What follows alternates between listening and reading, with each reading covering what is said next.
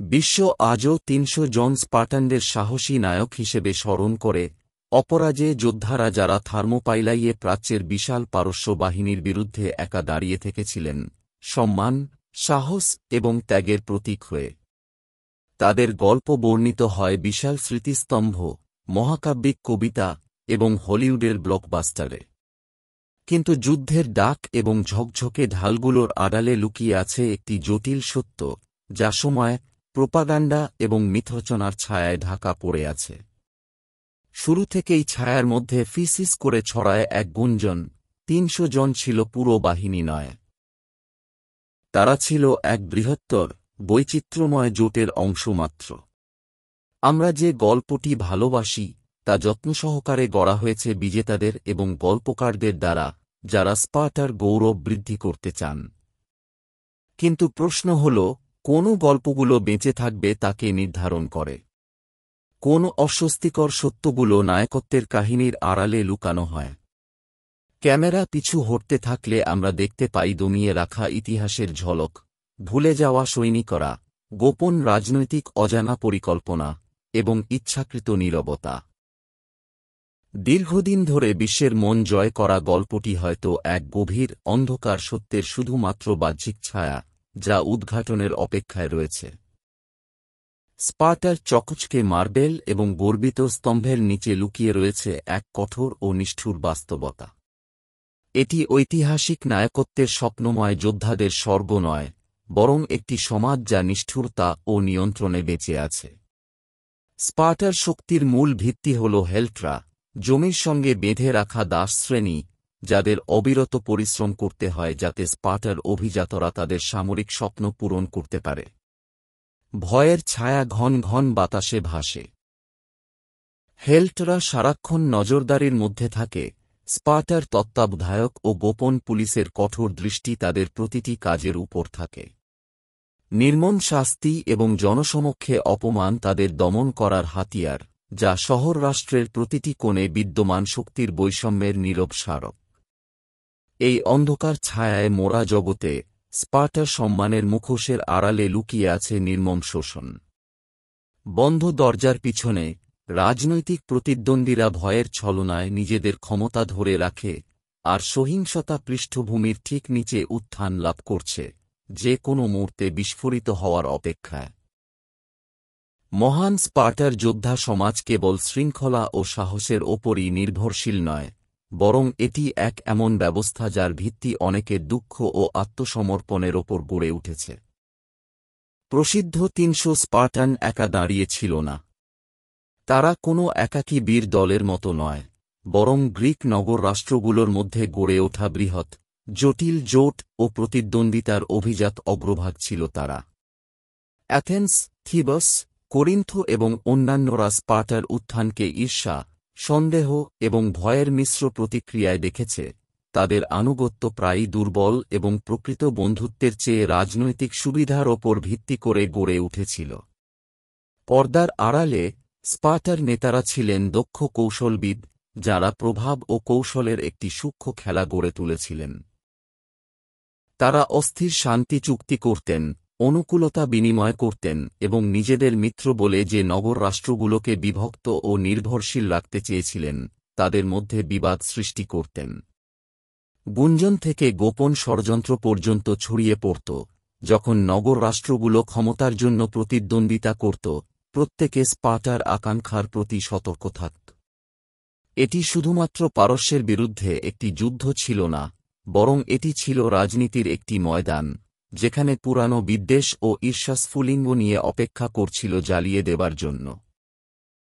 যখন এই বৃহত্তর, অন্ধকার দাবার খেলাটির অংশ হিসেবে ৩০০ জনের বীরত্বকে দেখা হয়, তখন তা আরও উজ্জ্বল হয়ে ওঠে। ৭ বছরের নরম বয়স থেকেই স্পার্টার ছেলেদের পরিবার থেকে ছিনিয়ে এনে আগোজে পাঠানো হতো, একটি কঠোর ও নির্মম প্রশিক্ষণ ব্যবস্থা, যা কাঁচা কিশোরদের থেকে যোদ্ধা গড়ে তুলতে তৈরি। শিশুকালের নির্দোষতা তাদের জন্য বিলাসিতা ছিল না, বরং তারা ছিল কঠোর শৃঙ্খলা, ক্ষুধা এবং নির্মম শারীরিক পরীক্ষার মধ্যে, যা তাদের প্রতিটি শারীরিক ও মানসিক শক্তিকে পরীক্ষা করত। আগোজে ছিল শুধু প্রশিক্ষণ নয়, এটি ছিল বেঁচে থাকার কঠিন পরীক্ষা। ছেলেদের তাদের চতুরতা প্রমাণের জন্য খাবার চুরি করতে বাধ্য করা হতো, কিন্তু ধরা পড়লে কঠোর শাস্তি দেয়া হতো, যা তাদের ভয়ে এবং গোপনে বাঁচতে শিখিয়ে দেয়। রক্ত ও পরিশ্রমের মধ্যে বন্ধুত্ব গড়ে উঠত, তবুও বিশ্বাস ছিল ভঙ্গুর। কেউ কেউ চাপ সামলাতে না পেরে বিশ্বস্ততা ভেঙে ফেলত বা নিজেদের বাঁচাতে সহযোদ্ধাদের বিশ্বাসঘাতকতা করত। এই কঠোর ভাইচারে ভয় এবং আকাঙ্ক্ষা মিলেমিশে ছিল শোকের সঙ্গে। প্রত্যেক ছেলেই যোদ্ধা হয়ে উঠত না, অনেকে ভেঙে পড়ত, ফেলে দেওয়া হতো, বা চিরকাল চিহ্নিত হতো দৃশ্যমান ও অদৃশ্য ক্ষত দ্বারা। আগো যে স্পার্টার সমাজের কঠোর সত্য উন্মোচন করেছিল, মহত্ব অর্জনের জন্য ত্যাগ প্রয়োজন, কিন্তু এর দান ছিল ভয়াবহ। যোদ্ধাদের শাসিত সমাজে স্পার্টার নারীরা একেবারেই নির্জীব দর্শক ছিলেন না। দুর্গের প্রাচীরের আড়ালে এবং পুরুষ আধিপত্যের ভাঁচাপের নিচে তারা শান্ত হলেও শক্তিশালী প্রভাব রাখতেন, বংশপরম্পরার রক্ষক, গোপনীয়তার ধারক এবং নিজেদের দক্ষ কৌশলবিদ। এই নারীরা সম্পত্তি পরিচালনা করতেন, ধনসম্পদের নিয়ন্ত্রণে ছিলেন, এবং বিবাহ ও আত্মীয়তার মাধ্যমে রাজনৈতিক জোট গড়ে তুলতেন, স্পার্টার ভাগ্য ছায়ার আড়ালে গড়ে তোলার কাজ করতেন। শক্তিশালী পরিবারগুলোর মধ্যে প্রতিদ্বন্দ্বিতা প্রায় গোপন ষড়যন্ত্র এবং গোপন বৈঠকের মাধ্যমে চলত, যেখানে একটি মাত্র কথা বা ইঙ্গিত বংশপরম্পরার গতিপথ বদলে দিতে পারত। এই ষড়যন্ত্রের জালে একটি নিষিদ্ধ প্রেম উদ্ভূত হয়, একটি সম্পর্ক যা যত্নসহকারে গড়া জোটগুলো ভেঙে ফেলতে এবং কেলেঙ্কারি সৃষ্টি করতে পারে। যখন একজন প্রভাবশালী স্পার্টার নারীর বিশ্বস্ততা প্রশ্নের মুখে পড়ে, তখন পুরো শহর কাঁপতে থাকে। বিশ্বাসঘাতকতা কেবল রাজনৈতিক হুমকি নয়, এটি একটি ব্যক্তিগত বিশ্বাসঘাতকতা, যা স্পার্টার ভঙ্গুর ক্ষমতার ভারসাম্যের অন্তর পর্যন্ত ছুঁয়ে যায়। স্পার্টার অটল যোদ্ধাদের শৃঙ্খলার মাঝে এক সৈন্যের হৃদয় ভেঙে যেতে থাকে। হেল্টের ওপর চালানো নির্মম শোষণের স্মৃতিতে উদ্বিগ্ন, যারা স্পার্টার শক্তির নীরব ভিত্তি, সে গোপনে তাদের প্রতি নিষিদ্ধ সহানুভূতি পোষণ করে, যাদের রাষ্ট্র নিম্নতর মনে করে। এই স্পার্টার, শপথ ও রক্তের বন্ধনে আবদ্ধ, একটি বিপজ্জনক দ্বৈত জীবন যাপন করে, যেখান থেকে সে সহযোদ্ধাদের প্রতি আনুগত্য ও ন্যায়বিচারের দাবিতে বিদ্রোহের বেড়ে ওঠা বিশ্বাসের মাঝে দ্বন্দ্বে বিভক্ত। রাতের আঁধারে গোপন বৈঠকে সে বিদ্রোহ ও স্বাধীনতার কথা ফিস করে বলে, এক নাজুক ষড়যন্ত্রকারীদের জাল বুনে, যারা সবকিছু ঝুঁকিতে ফেলতে প্রস্তুত। কিন্তু বিশ্বাস খুবই কম, এবং প্রতিটি কথাই মৃত্যু ঝুঁকির খেলা। শৃঙ্খলার মধ্যে সন্দেহ বাড়তে থাকলে তার সবচেয়ে ঘনিষ্ঠ বন্ধুদের মধ্যেও সন্দেহ জাগে, বিশ্বাসঘাতকতার বোঝায় বন্ধুত্ব ঝুঁকির মুখে পড়ে। দাবি ছিল অত্যন্ত উচ্চ, যদি তার গোপন ফাঁস হয়, শুধু তার জীবনই নয়, স্পার্টার সমাজের ভিত্তিও ধ্বংসের মুখে পড়তে পারে। এই অন্তর্দ্বন্দ্বের ছায়াযুদ্ধের মাঝে নায়ক এবং বিশ্বাসঘাতকের সীমানা ঝাপসা হয়ে যায়। স্পার্টার চকচকে মুখোশের নিচে দীর্ঘদিন ধরে ম্লান হয়ে থাকা উত্তেজনা অবশেষে জ্বলে ওঠে। হেল্টরা, যাদের দমন করা হয়েছিল, যারা পীড়িত ও হতাশ, এক প্রবল ও জ্বলন্ত বিদ্রোহে উঠে দাঁড়ায়, যা শহর রাষ্ট্রের ভিত্তি দুলিয়ে দেয়। তারা আর নীরব দাসত্ব মেনে নিতে রাজি নয়, হাতিয়ার তুলে নিয়ে রাস্তায় ঝাঁপিয়ে পড়ে শ্রমের ক্ষেত্রগুলোকে যুদ্ধক্ষেত্রে পরিণত করে। বাহ্যিক শত্রুর বিরুদ্ধে যুদ্ধে প্রশিক্ষিত স্পার্টাররা হঠাৎ ঘরেই একটি নির্মম ও অন্তরঙ্গ যুদ্ধে লিপ্ত হয়, পড়শি, প্রাক্তন দাস এবং এমনকি শৈশবের পরিচিতদের বিরুদ্ধে। শহরের প্রাচীরগুলো চিৎকার ও তলোয়ারের ধ্বনিতে প্রতিধ্বনিত হয়, যখন আনুগত্য ভেঙে পড়ে এবং বিশৃঙ্খলা ছড়িয়ে পড়ে।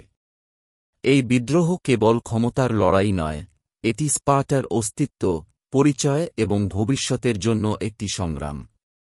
নিয়ন্ত্রণ ও দমনমূলক জীবনযাত্রার ভিত্তি আগুনে পুড়ে ছিন্নভিন্ন হওয়ার মুখে, আর একসময় ক্ষমতাবান এই যোদ্ধা সমাজ এমন এক হিসেবনিকাশের সম্মুখীন হচ্ছে যা তারা কখনো কল্পনাও করেনি।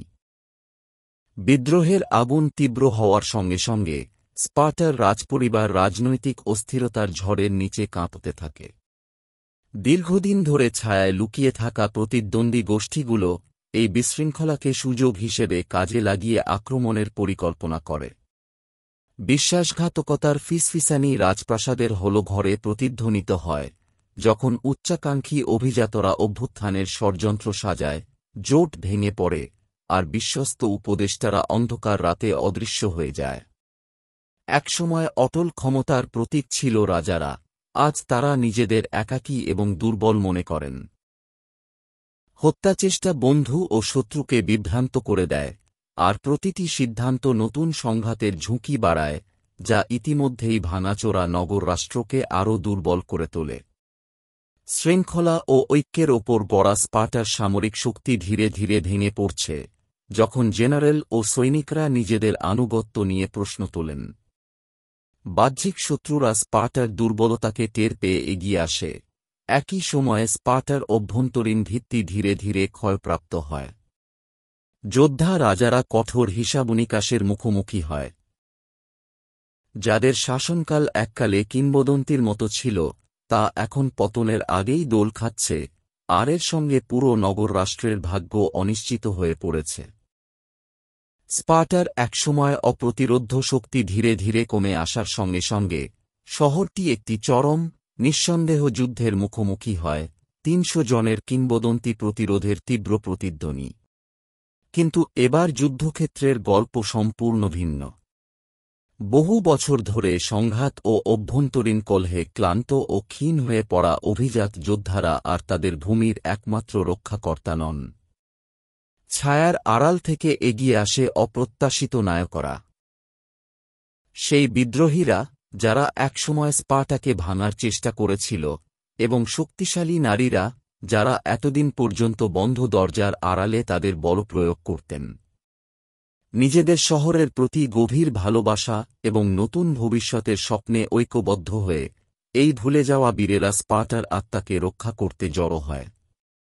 তাদের সাহস ও ত্যাগ নায়কত্বের সংজ্ঞাকে পুনর্নির্ধারণ করে, প্রমাণ করে যে প্রকৃত শক্তি শুধুমাত্র তরবারিতে নয়, বরং ধৈর্য, ঐক্য এবং আশায় নিহিত।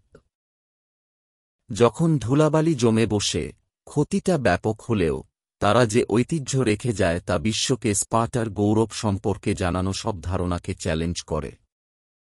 পরবর্তীতে ধুলাবালি জমে থাকে এমন একটি স্পার্টার উপর যা শোকাহত ও ভুল বুঝে নেওয়া হয়েছে। ৩০০ জনের মহান মিথ আজও টিকে আছে, স্মৃতিস্তম্ভে খোদিত, গল্পে উদযাপিত এবং শতাব্দী জুড়ে গৌরবায়িত। তবুও এই দীপ্তিমান কিংবদন্তির নিচে লুকিয়ে আছে একটি অন্ধকার সত্য, যা সময় এবং ইচ্ছাকৃত নীরবতার দ্বারা আড়াল করা হয়েছে।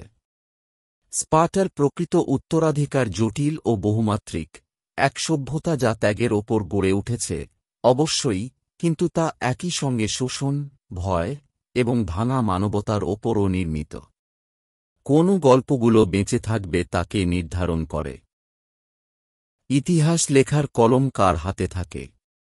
শেষ ভয়ঙ্কর মোড়ে সত্য প্রকাশ পায়, স্মরণীয় নায়করা ছিল কেবল গল্পের একটি অংশ। দমনপ্রাপ্ত, বিশ্বাসঘাতক আর ভুলে যাওয়া মানুষরাও স্পার্টার ভাগ্য গড়ে তুলেছিল ঠিক তেমনি, অথবা আরও বেশি মাত্রায়।